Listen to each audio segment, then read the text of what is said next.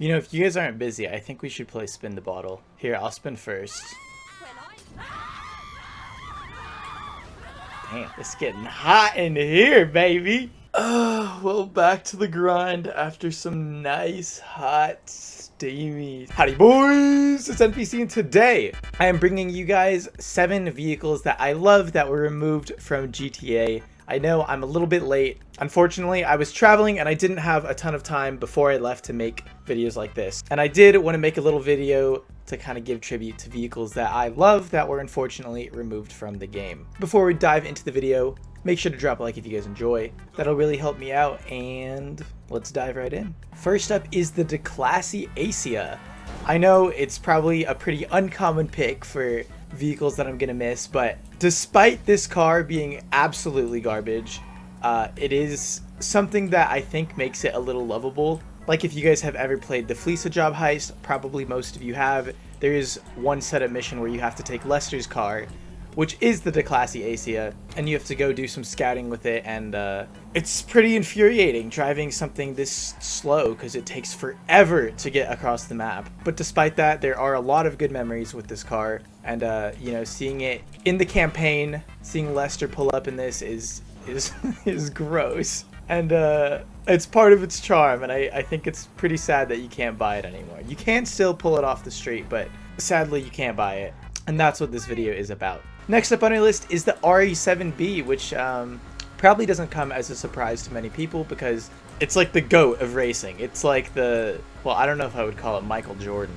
Maybe like Wilt Chamberlain if you guys are into basketball. If you guys don't know who Wilt is, he was a basketball player in around the 60s who put up like crazy numbers, and it was kind of during a time when the league wasn't as established, I guess you could say. There weren't as many competitors, and that's kind of what the RE7B is like. There weren't many competitors during its time, especially with the speed glitch that it had, where if you didn't put on bulletproof tires, it would just go like ridiculously fast, like 170 or something. And unfortunately, they did end up patching it, but cars in GTA do go that fast now, especially with HSW upgrades. And it is about time that the RE7B retires. I think it's pretty well deserved. It kind of paved the way for really fast vehicles in GTA, because now cars are so fast that you can overshoot a lot of things when you're racing because they're built, the tracks are all built for slower cars.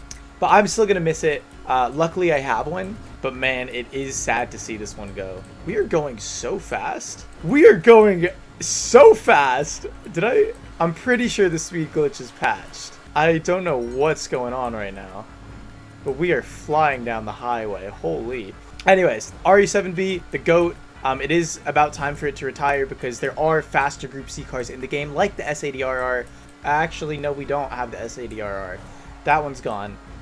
We still have the LM87 though, which is one of the fastest supercars in the entire game because of its cornering ability. Dude, I swear to God something's going on. Why am I going so fast? Anyway, let's head over to number 5. Man, oh man, am I sad to see this one go. It's the Enis Cognoscenti 55. This car is such a cool Mafia boss car. This was the first Mafia vehicle that I bought in GTA. I bought this probably 7 years ago, maybe 8 at this point, and I haven't sold it. I haven't recustomized it or anything. I just think it's so menacing, and it sounds good. It's got a really high top speed.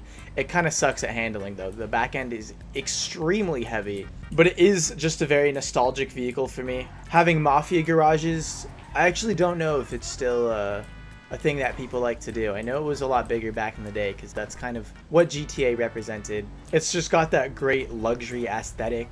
You know, if you're taking pictures with planes, building a Mafia garage, it's just something high end. It's so good for that. And it was really cheap too. It was only 150 grand or so.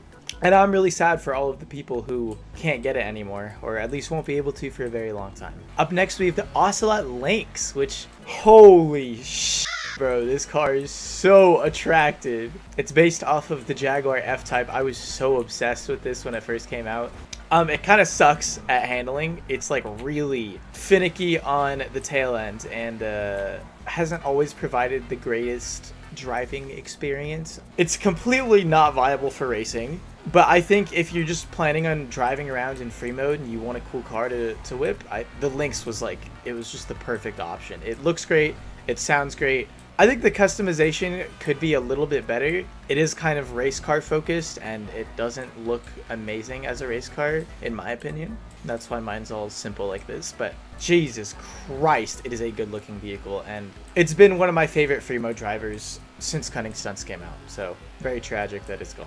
Just look how sleek it is. See, that guy stopped to take a look too? Yeah. Up next, we have the Vapid Contender, which looks like a sick pickup truck, but is actually an SUV, technically. It is not an off-road vehicle. Yeah, in the bottom right there, it says SUVs.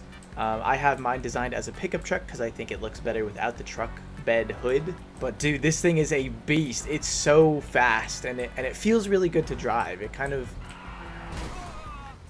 well, the car kind of sways back and forth a little bit and you can see the suspension working, and it's a really nice looking truck, SUV I guess, as well.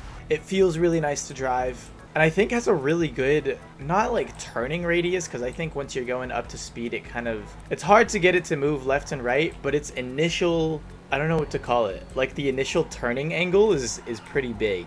Like you can really kind of steer the car where you want it to go, and I think it makes it a really nice drive. It feels just really fluid, and that's why it makes number 3 on our list. Coming in at number 2 on our list is the Progen Tyrus, which is based off of the McLaren F1 Longtail. And it's got some inspiration from like the Celine S7 and some Moss something car that I forgot the name of. But it's a great looking vehicle. It is really long. It is extremely long actually. But you can't really feel it when you're driving it. It's pretty quick. It's pretty agile as well. I think it... Oh, fishtailing a little.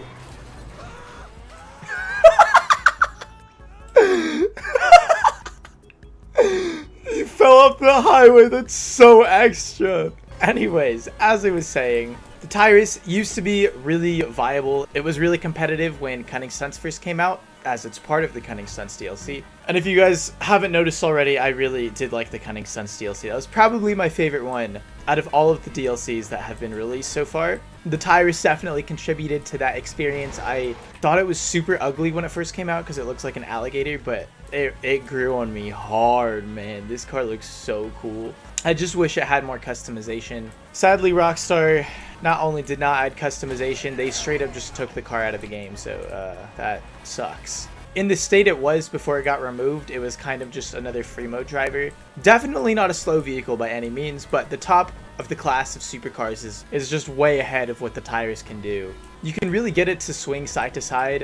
You have to be a little bit careful because the back end will step out on you if you're not if you're a little lazy with it, but it's a really nice drive overall, and if you guys ever see the Tyrus come back, I would definitely pick one up. And last, but very much not least on our list, is the Ocelot XA21. This is my absolute favorite vehicle in all of GTA Online. I am so sad that they removed this car, not only because I love it, but because there are so many videos where I like vouch for this car. I'm always like, you guys should totally grab an XA21.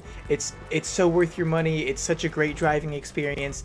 And boom, Rockstar removes it from the game. And it makes me so sad because I think there's like the Tyrus and the RE7, they were kind of built to be race cars, and I can see with the Cunning Stunts update being, you know, it's kind of it's lived its lifespan. It's gone, you know. And the cars that came with it are all race cars. They were built with race customizations. Still sad that they're gone. But the XA21 was not part of any of that. It was just like, it was built. It was added to be a luxury vehicle, a free mode driver. It has no special features like Imani Tech or anything, and it was never viable for racing. It's just a really cool car. It looks absolutely stunning. It's got okay customization. I'm not gonna say it's the greatest thing ever, but it all works very well with the vehicle. It's got an active spoiler. It's got wing doors. It is the best sounding vehicle in GTA Online alongside the Sterling GT because they share sound. And I think the shape of the car is really unique with all of its round features when a lot of other supercars are a little more like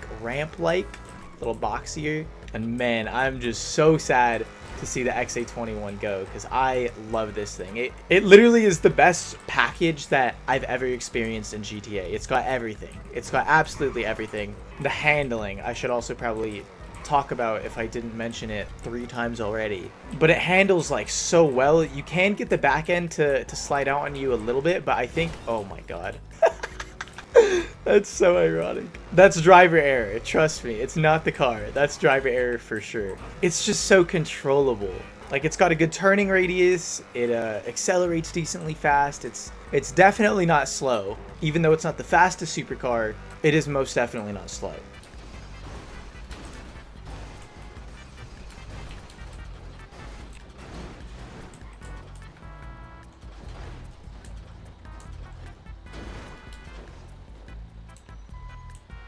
Okay, so the XA21 is a little too big to fit in the bulldozer, but this is the best I can do to lift it up in the air to celebrate this vehicle. Because, I